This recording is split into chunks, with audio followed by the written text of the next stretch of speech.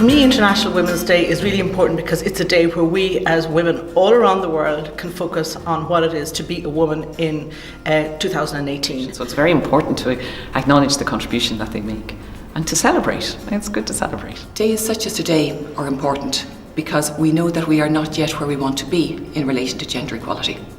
Recent events have shown us that. Progress is not inevitable, nor is it irreversible. We need to continue to be vigilant and ambitious around what we want for future generations in gender equality. Pressing for progress in questions like gender equality, but also wider equality questions, must start with opening up dialogue.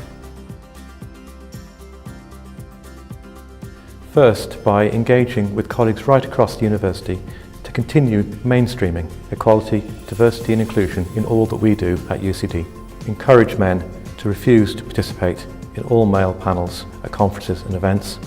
I will refuse to participate in all male panels at conferences and events. I think I'll press for progress in 2018 in the ways I pressed for progress, by definition almost, in my role as the first woman to be Dean of the Law School.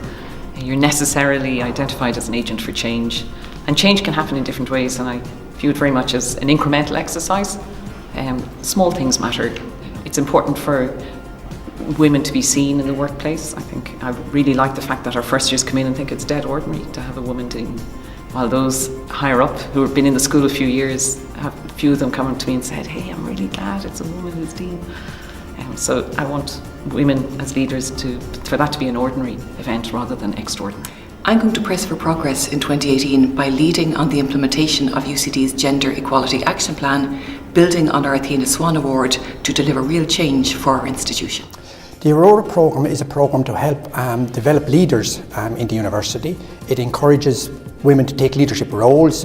Activism around getting women's voices and contributions included in panels and programmes of events and as keynote speakers, that we aren't consistently seeing panels appearing in the public. And I think that's a very important thing, because without women's voices in the public realm, we don't hear about women's needs. I think moving towards greater awareness of gender equality should imply within it greater awareness of some of the inequalities that exist between women. And that links into issues around class, around ethnicity, around disability, that I think we also need to be very mindful of. And what I'm personally going to do over the next year is make sure that I press for progress and celebrate these fantastic women. I didn't know quite what to expect when I took on the role of chairing the University Management Team Equality, Diversity and Inclusion Group.